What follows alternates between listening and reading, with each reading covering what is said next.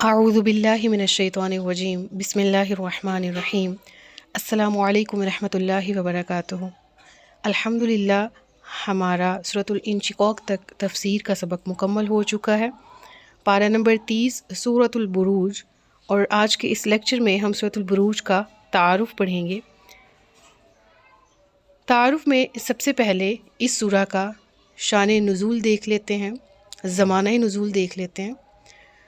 تو اس سورہ کا مضمون بذات خود یہ بتا رہا ہے۔ اس مضمون پر غور کریں تو معلوم یہ ہوتا ہے کہ یہ سورہ مکہ معظمہ کے اس دور میں نازل ہوئی تھی جب ظلم و ستم پوری شدت کے ساتھ برپا تھا، اور کفار مکہ مسلمانوں کو سخت سے سخت تکلیف اور اذیت دینے پر ہر طرح کے حربے آزما رہے تھے، اور وہ یہ کوشش کر رہے تھے کہ اہل الایمان اپنے ایمان سے پھر جائیں اور دین اسلام کو چھوڑ دیں۔ تو مجموعی اعتبار سے یہ سورہ مکی سورہ ہے۔ رکوع اور آیات کی تعداد، اس سورہ میں 1 رکوع ہے اور کل 22 آیات پر مشتمل ہے یہ سورہ۔ اس سورہ کا نام رکھنے کی کیا وجہ ہے؟ وجہ تسمیہ، اس سورہ کو یہ نام اس لیے دیا گیا ہے کہ البروج لفظ اس سورہ میں موجود پہلی ہی آیت میں والسماء ذات البروج، تو اس بروج یعنی آسمان کا ذکر ہے، برجوں والے آسمان کی قسم۔ تو پہلی آیت میں اللہ تعالیٰ نے وہ قسم ارشاد فرمائی، اور برج کا ذکر، بروج کا ذکر پہلی آیت میں موجود ہے۔ تو اسی پہلی آیت میں موجود لفظ کی وجہ سے اس سورہ کو اسی نام سے موسوم کر دیا گیا۔ اس سے متعلق حدیث آپ کے سامنے پیش کرتی ہوں۔ حضرت جابر بن سمرہ رضی اللہ تعالیٰ عنہ فرماتے ہیں، نبی کریم صلی اللہ تعالیٰ علیہ وآلہ وسلم ظہر اور عصر کی نماز میں سورۃ الطارق اور سورۃ البروج اور ان دونوں جیسی صورتیں تلاوت فرماتے تھے، یعنی جو مضامین اور حجم کے اعتبار سے ان صورتوں کی مماثلت رکھتی تھیں۔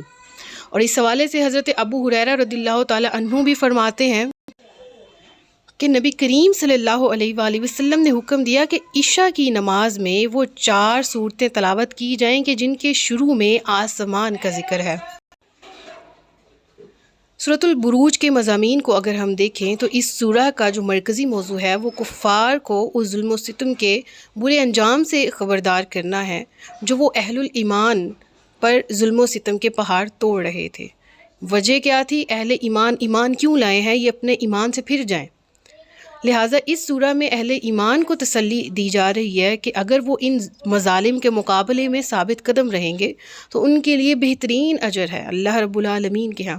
یقیناً آج اگر اسلام کو مشکلات درپیش ہیں تو کل کو اسلام کا علم بلند بھی ہوگا، اور جو اسلام پر ثابت قدم رہے وہ دنیا اور آخرت میں کامیاب اور کامران ہوں گے۔ اس سورہ کی ابتدائی آیات میں آسمان، قیامت کے دن، جمعہ اور عرفہ کے دن کی قسمیں ذکر فرما کے رب العالمین نے ذکر کیا کہ کفار قریش بھی اسی طرح ملعون ہیں جس طرح بھڑکتی ہوئی آگ والوں پر لعنت کی گئی تھی۔ اب یہ بھڑکتی ہوئی آگ والوں پر جن پر لعنت کی گئی، یہ کون لوگ تھے؟ ان کا ذکر اصحاب الاخدود کے نام سے کیا گیا ہے، جنہوں نے ایمان لانے والوں کو آگ سے بھرے ہوئے گھڑوں میں پھینک دیا تھا۔ اور یہ واقعہ ذکر ہوا ہے، یعنی یہ وہ لوگ تھے جنہوں نے اہل ایمان کو آگ جلا کر اس میں زندہ جلا دیا کہ وہ ایمان کیوں لائے ہیں۔ لہٰذا یہ کفار بھی اسی کے مثل ہیں، جس طرح اللہ نے اس قوم کو پھر تباہ و برباد کیا تھا ان کے ظلم کرنے کی وجہ سے، قریش کا انجام بھی اسی طرح سے ہوگا اگر یہ اپنے ان قبیح افعال سے باز نہیں آتے۔ لہٰذا وہ واقعہ بیان کیا گیا اصحاب الاخدود کا، اور ذکر یہ ہوا کہ جس طرح اصحاب الاخدود اللہ کی لعنت اور اس کی مار کے مستحق ہوئے، اسی طرح سرداران مکہ بھی اللہ کی لعنت کے مستحق بن رہے ہیں۔ اور دوسرا یہ کہ جس طرح ایمان لانے والوں نے اس وقت آگ کے گھڑوں میں گر کر جان دینا قبول کر لیا تھا اور ایمان سے پھرنا قبول نہیں کیا تھا، اسی طرح اب بھی اہل ایمان کو چاہیے کہ ہر سخت سے سخت عذاب بھگت لے مگر ایمان کی راہ سے نہ ہٹے۔ لہٰذا اصحاب الاخدود ہو گئے، پھر فرعون اور ثمود، یعنی سابقہ امت کے واقعات بیان کیے گئے، اور انہی واقعات کے ضمن میں بتایا گیا کہ اللہ رب العالمین مومنین کو آزماتا ہے، اور آزمائش کی نوعیت مختلف اقسام کی ہوتی ہے۔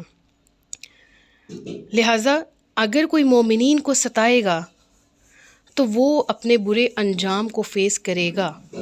جنہوں نے مسلمان مردوں اور عورتوں کا آزمائش میں مبتلا کیا وہ حالت کفر میں مر گئے تو ان کے لیے جہنم کا عذاب ہے۔ اور دوسری طرف یہ بتایا گیا کہ اہل الایمان بھی اللہ کی طرف سے جب مصیبت آئے تو ایمان پر ثابت قدم رہیں اور اللہ سے مدد طلب کرتے رہیں۔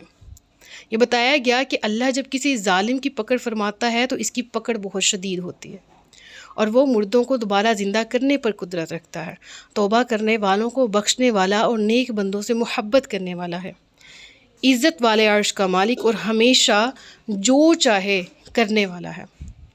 اس سورہ کے مضامین میں ایک مضمون ایک اعتبار سے یہ بھی ہے کہ آخر میں بتایا گیا کفار مکہ سابقہ امتوں کے انجام سے نصیحت حاصل کرنے کے بجائے نبی کریم صلی اللہ علیہ وآلہ وسلم اور کلام اللہ قرآن مجید کو جھٹلانے میں لگے ہوئے ہیں۔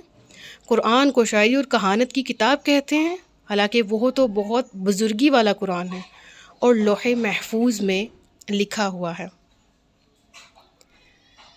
اس سورہ کی سورۃ الانشقاق کے ساتھ مناسبت۔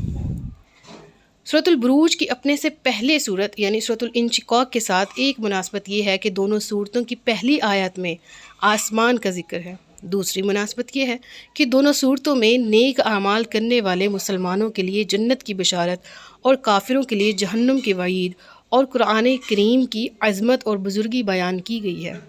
اور تیسرا یہ کہ سورۃ الانشقاق میں بتایا گیا کہ نبی کریم صلی اللہ علیہ وآلہ وسلم اور ان کے صحابہ کرام رضی اللہ تعالیٰ عنہم اجمعین کے بارے میں کفار کے دلوں میں جو بغض اور عناد ہے وہ سب اللہ کو معلوم ہے۔